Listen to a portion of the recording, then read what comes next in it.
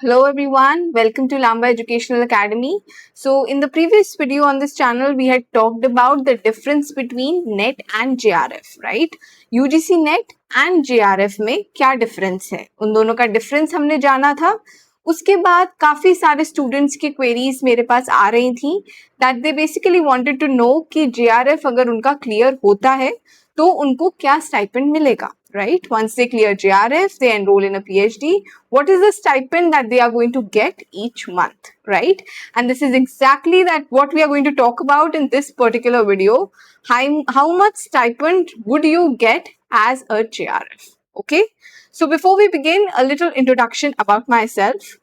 So my name is Muskan Lamba and currently I am a PhD research scholar in economics and I had cleared my NET JRF in the very first attempt. Okay, so let's get started. Now, सबसे पहली चीज, so once you have cleared your UGC NET exam and you get your JRF, you are among the top 1% candidates in the exam. Once the results are declared, then you get a JRF, right?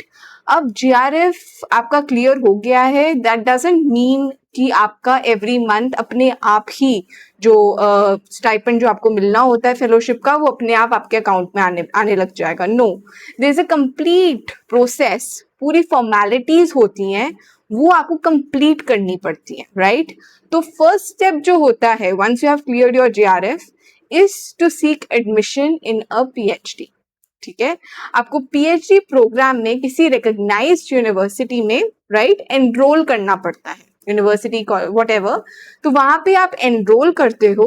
Once you enrol, right, once you have been registered with the university under that programme, PhD programme, उसके बाद कुछ formalities होती हैं. There some certain paper work has to be completed, कुछ forms होते हैं, joining report होती है. All of those things they have to be processed, right? वो सारी formalities जब आप complete कर लेते हो, जो कंसर्न अथॉरिटीज हैं वो उसको वेरीफाई कर लेती हैं और जो सिस्टमिक जो काम करना होता है वो सब जब हो जाता है, ठीक है, उसके बाद ही आपकी JRF आपके अकाउंट में आनी शुरू होती है, right? अब this entire process might take some time, right? It varies from university to university. Her institution का vary करता है. So this process might take some time, but once it is done, once all the formalities are completed, the necessary joining formalities, उसके बाद आपका हर महीने आपके account में जो अकाउंट आधार सीडेड है, अब इट्स बिकम कंपल्सरी, मैंडेटरी हो चुका है कि उसी अकाउंट में आपकी फेलोशिप जाएगी जिस अकाउंट की आधार सीडिंग हुई हुई है. ठीक है, so it's compulsory now. So make sure कि आप जब अपनी अकाउंट की डिटेल्स देते हो, व्हेन यू आर गिविंग जो भी आपकी डिटेल्स होती हैं सारी which you are required to furnish while you are joining as a JRF, तो उस समय आप उसी अकाउंट की डिटेल्स दोगे जो आपका आधार सीडेड है. ठीक है, आधार सीडेड अकाउंट की आपने डिटेल्स देनी है और उसी अकाउंट में आपका JRF जो है, जो फेलोशिप है, वो मंथली आपके अकाउंट में ट्रांसफर की जाएगी उसी अकाउंट में, राइट?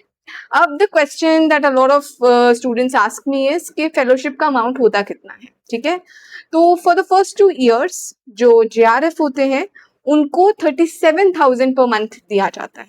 ठीक है, तो जो बेसिक पे होती है for every month, for each month is 37,000, वो आपके अकाउंट में आएगी, right, as a JRF which is for 2 years. Okay, अब जब आपका JRF का 2 years कंप्लीट हो गए, what do we do after that? You might have this question again, right? अब PhD जो होती है एवरेज आप मान के चलो 5 साल की चलती है in most of the cases. So for 2 years you are getting JRF. What about the rest of the years? That must be a question in your head. So for the rest of the 2 years, once your JRF is completed, the 2 years that have lapsed, after that आपका एक basically assessment होता है. ठीक है, जो आपका institution है आपका असेसमेंट करता है on the basis of your research work, right? उसमें उस असेसमेंट में इफ यू आर सक्सेसफुल, ठीक है, अगर आप सक्सेसफुल होते हो then in that case you are promoted from JRF to SRF. ठीक है, पहले आप 2 years के लिए JRF थे, आपका उसके बाद असेसमेंट होगा 2 साल के बाद. उस असेसमेंट में अगर आप सक्सेसफुल होते हो then you are promoted from JRF to SRF. ठीक है, अदरवाइज जिन का जैसे सपोज दैट से किसी का नहीं होता है तो in that case for the rest of the period that you are left with, जैसे आपका 5 years का है तो रेस्ट ऑफ द पीरियड में आपकी JRF की फेलोशिप चलती रहेगी. ठीक है, इस वाले असेसमेंट से सिर्फ ये होता है कि आपका प्रमोशन होगा कि नहीं होगा, जेआरएफ से आप एसआरएफ में कन्वर्ट होगे कि नहीं होगे, ठीक है।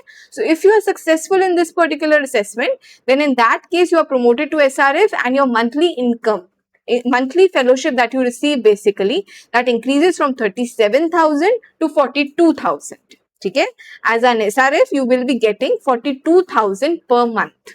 ठीक है, ये आपका बेसिक टेन्योर होता है, बेसिक आपका सिस्टम होता है from JRF to SRF. This is a basic pay that you are getting. ठीक है, उसके बाद apart from this, apart from the basic pay that you are getting for the fellowship, you also get an HRA.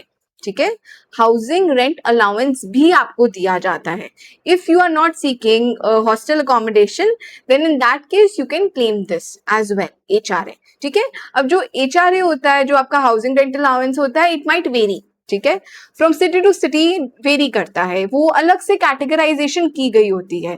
कुछ cities का मतलब categorisation किया है, if you fall in this particular city then this much percentage of your fellowship will be given to you as an HRA, right. तो आपकी institution मतलब basically आपका institution, जिस इंस्टीट्यूशन में आप PhD परस्यू कर रहे हो, वो इंस्टीट्यूशन किस सिटी में लोकेटेड है, ठीक है, उसके बेसिस पे डिसाइड होगा कि आपका HRA का अमाउंट कितना बनेगा. ठीक है, ये भी आपको मंथली पे किया जाता है, right. Every month along with the basic pay that you are getting for JRF 37,000 and for SRF 42,000. इसके अलावा आपको HRA भी मिलता है एवरी मंथ. ठीक है, उसके अलावा इसके अलावा भी you get certain grants and these grants are called contingency grants. ठीक है, कंटिजेंसी ग्रांट्स भी दी जाती हैं. अब बेसिकली जैसे आप you are a research fellow, you are pursuing your PhD and जब आप PhD परस्यू कर रहे हो, यू आर डूइंग रिसर्च, तो आपको you might have to incur a lot of expenses which are related to your research, right? अब let's say आपको कुछ फील्ड वर्क करना हो सकता है, you might have to collect data. ठीक है, तो उसमें आपके कुछ एक्सपेंसेस हो सकते हैं, बी इट फॉर ट्रैवलिंग और some other things related to that. And let's say आपको कोई रिसर्च कॉन्फ्रेंस अटेंड करनी है, राइट. तो रिसर्च कॉन्फ्रेंस को अटेंड करने के लिए भी you might have to pay certain registration fee, right. And then you might have to get certain things printed as part of your research work. photocopying work हो सकता है, you might need stationery, journals के लिए आपको कुछ expenditure करना हो सकता है. So all those things, all the expenditure that you are incurring with respect to your research for the purpose of your research, that is going to be covered by the contingency grants. ठीक है, जो आपको contingency grants दी जाती हैं वो solely आपके research को facilitate करने के लिए दी जाती हैं. They are not personal allowance, they are primarily and solely to support you in your research work. ठीक है, अब जो contingency grants होती है वो आपको basically quarterly दी जाती है, right? So अब जैसे एक साल होता है तो एक साल में आपके 4 quarters हैं. So उन 4 quarters में आपको for every quarter you will be given 2,500 rupees.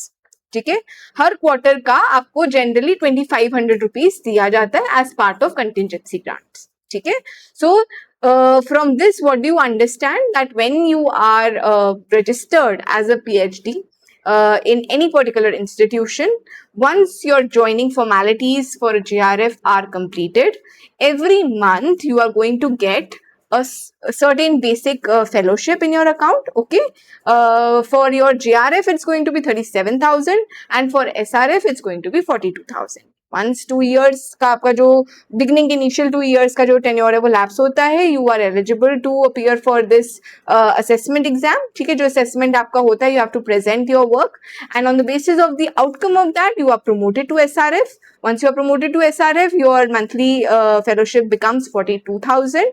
ठीक है, and apart from that you are also given an HRA. ठीक है, if you are not seeking hostel accommodation आपको HRA भी दिया जाता है एंड वो जो उसका अमाउंट होता है it depends on the city in which your institution is. ठीक है, तो ये HRA भी आपको मंथली मिलेगा. Apart from that you also have contingency grants. तो कंटिजेंसी ग्रांट्स जो होते हैं वो आपको मैंने बताया क्वार्टरली दिए जाते हैं to facilitate your research work. ठीक है, so that's all you needed to know about the JRF, about the stipend that you get as a JRF, right? And with that we come to the end of this particular session. If you have anything else, any guidance you need or any other doubt that you might have, put that in the comment section. We would be really happy to help you out with that. And if you do not want to miss out on any more content like this, do not forget to subscribe to this channel. I'll see you in the next session. Till then, stay curious and keep learning. All the very best.